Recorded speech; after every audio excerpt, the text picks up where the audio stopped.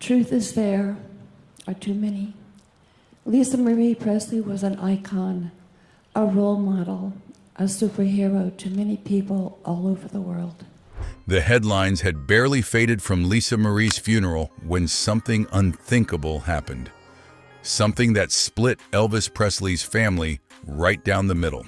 Within weeks, fans who had worshipped Priscilla for decades suddenly turned on her. The woman once hailed as the savior of Graceland was now being called the one who betrayed it. Because when news broke that Priscilla Presley was challenging the amendment to Lisa Marie's trust, effectively questioning her own daughter's final wishes, the Presley world exploded. To some, it looked like a grandmother protecting her family. To others, it looked like the ultimate act of betrayal. For nearly 50 years, Priscilla had been seen as the gatekeeper of Elvis's legacy, the woman who kept the lights on at Graceland when everything else was falling apart. She'd built the tours, signed the licensing deals, and kept Elvis's name alive long after his death. But now, after Lisa Marie's passing, that same control looked different. It looked like a power struggle over the one thing Elvis could never replace: his bloodline. Fans flooded social media with outrage. "She's fighting her own granddaughter for money," and one post read. Another said, "This isn't about Elvis anymore. It's about ego." But behind all the noise, something deeper was happening. This wasn't just about a legal document. It was about promises. Unspoken ones. Old ones. Ones made in Graceland's quiet rooms long before lawyers got involved. Because the truth is, this moment, the one fans now call Priscilla's biggest betrayal, didn't come out of nowhere. It was decades in the making. The wounds didn't start with a courtroom filing. They started with a teenage girl who met the most famous man in the world and stepped into a life she could never leave behind. Still, that didn't stop people from choosing sides. In the eyes of millions, Priscilla had finally crossed a line. Imagine it: Elvis's empire, worth hundreds of millions, suddenly balanced on a family torn apart by grief and distrust. Priscilla on one side, the woman who once shared his home, his stage, his secrets. Riley Keough on the other, his granddaughter, barely in her 30s, now fighting to protect what her mother left behind. And in between them, the ghost of Elvis Presley himself.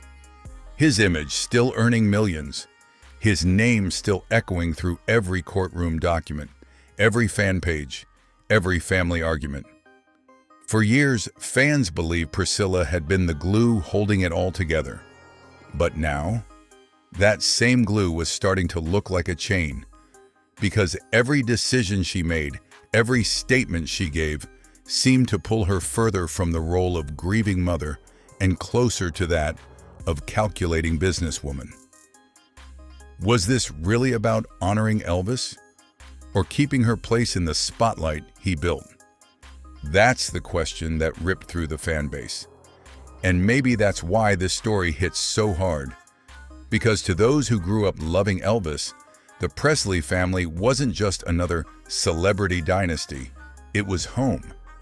Elvis was the dreamer, the showman, the voice of a generation. And Priscilla was the one who promised to guard that dream after he was gone. But when the papers were filed, that promise felt broken. Fans looked back through the years and saw the pattern. The movies, the licensing deals, the interviews where Priscilla spoke for Elvis, for Lisa, for the brand. It was always her face front and center. And suddenly, they began to wonder, had this been about protecting his memory all along, or protecting her own legacy through his? Even the people closest to the story didn't know what to believe. Some insiders whispered that Priscilla's move wasn't about greed at all, that she simply wanted to ensure things were handled properly, that Lisa's document might have been altered without her knowing. Others say it was about something far darker: control and the fear of becoming irrelevant in the house she helped build. Either way, the damage was done. Because this wasn't just another Presley scandal. This was blood against blood, love against legacy. A grandmother and a granddaughter staring across a courtroom, each holding a different version of what Elvis's dream meant. And for the first time in nearly half a century, fans began to ask a question no one ever thought they'd ask. Was Priscilla Presley really the keeper of Elvis's promise, or the one who broke it? To find the answer, we have to go back to where it all began. Before the lawyers, before Graceland tours, before the lawsuits. Back to the moment when a teenage girl from Germany walked into Elvis Presley's world and made the promise that would one day shatter everything he left behind. Before Priscilla ever stepped into a courtroom, before fans ever accused her of betrayal, she was just a teenage girl standing in front of the most famous man in the world, trying to figure out why he'd chosen her. She was only 14 when she met Elvis in Germany. He was already a legend, already larger than life, already carrying the weight of fame, grief, and expectation on his shoulders. She was a quiet, shy girl from a military family. On paper, their worlds should never have collided, but they did. And from the very first moment, Elvis didn't treat her like a fan in the crowd. He treated her like someone he wanted to pull into his private orbit. That's where the first unspoken promise began. Because once you were in Elvis's inner world, there was no going back to ordinary life. Priscilla went from homework and curfews to late-night conversations and secret visits. Elvis poured out his heart to her, about his mother's death, about the pressure he felt, about the loneliness that came with being Elvis Presley to everyone but himself. To him, Priscilla wasn't just a pretty face. She was someone who listened, someone who absorbed his pain and tried to understand the man behind the myth. And in that quiet, emotional space, a role began to form for her. Not just as a girlfriend, not just as future wife, but as a kind of guardian of his private self. From the moment she could walk through the halls of Graceland, Lisa Marie Presley knew one thing for sure. Her father belonged to the world. But the world didn't belong to her. She grew up watching strangers cry over a man she barely remembered. Tour buses rolled past the gates. Fans clutched souvenirs of a dad she knew mostly through photographs, recordings, and the stories other people told. Elvis was everywhere, and yet, for Lisa, he was nowhere. And standing between that world and the Presley name was her mother. Priscilla wasn't just mom. She was the spokesperson, the decision maker, the keeper of Elvis's image. If a movie was made, Priscilla was involved. If a deal was signed, Priscilla got the call. If the world wanted to know what Elvis would have wanted, they didn't ask his daughter. They asked his ex-wife. That dynamic carved a quiet fracture into Lisa's life. On paper, she was the heir, his only child, the one who carried his blood. But in practice, it often felt like she was watching her father's legacy from a distance, while her mother stood at the microphone. Imagine being Lisa. You're a Presley by birth, but your father is a brand managed in meeting rooms you don't always control. Every time you step into the public eye, you're compared to someone who died when you were 9. Every interview, every relationship, every mistake is weighed against the question, what would Elvis think? Meanwhile, your mother is praised for saving his legacy, while you're trying to salvage your own life. As Lisa got older, that tension only deepened. She struggled with addiction, grief, failed relationships, and the unbearable weight of being Elvis Presley's daughter. She wasn't just living her life, she was living inside a story that other people continually wrote for her. And many of those stories were controlled by the machine her mother helped build. Priscilla had turned Elvis into an empire, and for years, the roles were clear. She was the strategist, the business mind, the guardian of the image.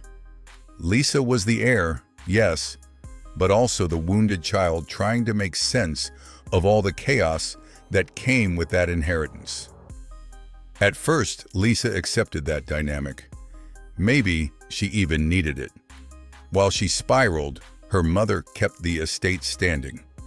While Lisa fought her own demons, Priscilla fought the accountants, lawyers, and corporations circling the Presley name. But over time, Lisa changed. She became more vocal, more protective, more determined to make her own choices, not just as an heir, but as a mother to her own children. She had seen what fame had done to her father, what pressure had done to her own life, and she did not want her kids to be swallowed by the same machine. That's when the clash really began. Because now, it wasn't just Elvis's widow versus the outside world. It was Priscilla, the seasoned architect of the Presley brand, versus Lisa, the rightful heir who wanted control over what her father's name meant for her children. Fights over business turned personal. Decisions about deals, estate management, and direction weren't just numbers on paper, they were emotional landmines. Each disagreement carried years of buried resentment. You're not listening. You don't understand. You care more about the brand than the family. Somewhere in that long, painful history, the paperwork changed. A trust that once included Priscilla as a key figure was reportedly amended. Instead of her, Lisa's children, Riley and her siblings, were placed at the center of the future estate. On the surface, it was a logical step, the next generation taking the reins. But emotionally, it was seismic. To some, it looked like Lisa finally drawing a line in the sand. A quiet, powerful statement. This is my father's legacy. This is my children's future. This doesn't belong to you forever. And underneath that decision lived a deeper wound, one that no legal filing could fully explain. Because how do you tell your mother, the woman who fought so hard to keep everything afloat, that you no longer want her in the position she's held for decades? How do you say, thank you for building this, and at the same time, you don't get to own it anymore? For Lisa, the trust change wasn't just a financial move. It was a message, a boundary, maybe even a final attempt to reclaim her father from the business that had swallowed him. But for Priscilla, that same act may have felt like erasure. The woman who had stood by Elvis, who had shielded Graceland, who had spent years in boardrooms and courtrooms making sure the checks didn't bounce, suddenly sidelined on paper by the daughter she had raised in that very world. So when Lisa died, and that trust amendment became the center of a legal storm, it wasn't just a technical dispute. It was the eruption of everything that had been simmering for years. A daughter who never wanted to feel like a spectator again, and a mother who refused to fade into the background of the kingdom she helped keep alive. And once those documents were pulled out and examined, one thing was clear. Lisa Marie Presley had pushed back. What came next would turn that pushback into open war and drag the Presley legacy into the harshest spotlight it had seen since the day Elvis died. When Lisa Marie's heart stopped in January of 2023, the Presley family didn't just lose a daughter and mother, they lost the fragile balance holding decades of secrets and resentment together. For a moment, it looked like grief might finally unite them. But instead, within weeks, the cracks widened into a public fracture. Because buried inside the paperwork Lisa left behind was something that changed everything. A trust amendment, quietly signed years earlier, that removed Priscilla Presley's name entirely. It left control of Elvis's empire to Lisa's eldest daughter, Riley Keough. To fans, it seemed simple. Lisa had made her wishes clear. But when Priscilla filed to challenge that amendment, claiming irregularities in signatures and documents, shockwaves tore through the Presley world. The headlines were brutal. Priscilla versus Riley, battle for Graceland. But behind those headlines was something much deeper. It wasn't just a legal dispute, it was a generational showdown. Riley represented bloodline, the next chapter of Elvis's family. Priscilla represented the brand, the woman who had built and guarded that name for nearly half a century. To the world, it looked like a grandmother taking her granddaughter to court over money. But to Priscilla, it was about something she believed even Lisa had once valued: control, structure, and legacy. She told friends she was only asking for clarity, nothing more. But fans didn't buy it. They saw it as the final betrayal. The moment Priscilla turned the Presley family name into a legal battlefield. Elvis's fans, many of whom had defended her for decades, suddenly recoiled. "This is not what Elvis would have wanted," they said. "He built all of this for his daughter, not for lawyers." Still, there was another side. People close to Priscilla whispered that she wasn't fighting for herself, but for the order she believed Elvis had always expected. She feared chaos, mismanagement, and the erosion of everything she'd built. And beneath that, something more human, fear of being erased.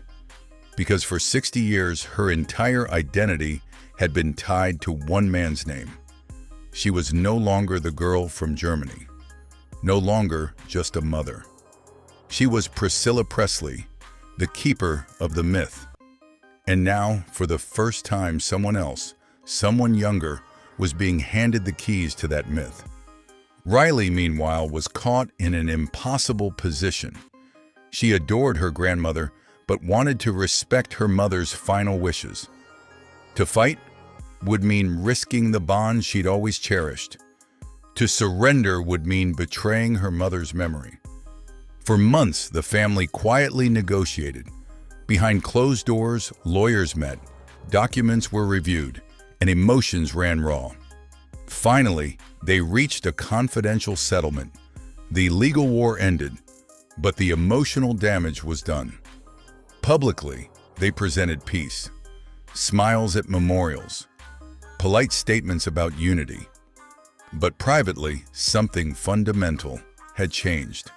The Presley family, once built around love and loyalty, had become a cautionary tale about what happens when fame, money, and grief collide. Because the biggest betrayal wasn't just about a trust document, it was about decades of blurred lines between business and family, love and control, duty and obsession. The shocking truth? There may not be a villain at all. Priscilla's so-called betrayal might also be a reflection of something universal. The way grief twists into fear, the way power blurs into protection, the way love can become possessive when it's all you have left. She didn't betray Elvis out of malice. She betrayed the memory of what they were out of desperation to keep a part of him alive. And maybe, in her mind, that was love too, just a darker, more complicated version of it. As for Riley, she carries the weight now, the trust, the estate, the legacy, and the silence. And every time she steps into Graceland, she's walking through the house where all of this began. A home built by a man who only wanted peace for the people he loved most. But peace in the Presley family has always come with a price. Because in the end, The Presley story has never been just about fame, money, or betrayal. It's about the people left behind, trying to live inside the shadow of a man who never stopped being larger than life. And sometimes, when love and legacy collide, even the best intentions can look like the deepest betrayals. Maybe that's the real tragedy. Elvis's dream didn't die with him. It lived on, just long enough to tear the people he loved apart. If you've made it this far, you know the Presley story isn't black and white. It's heartbreak painted in gold. Subscribe for more untold truths, hidden confessions, and family stories the headlines never show.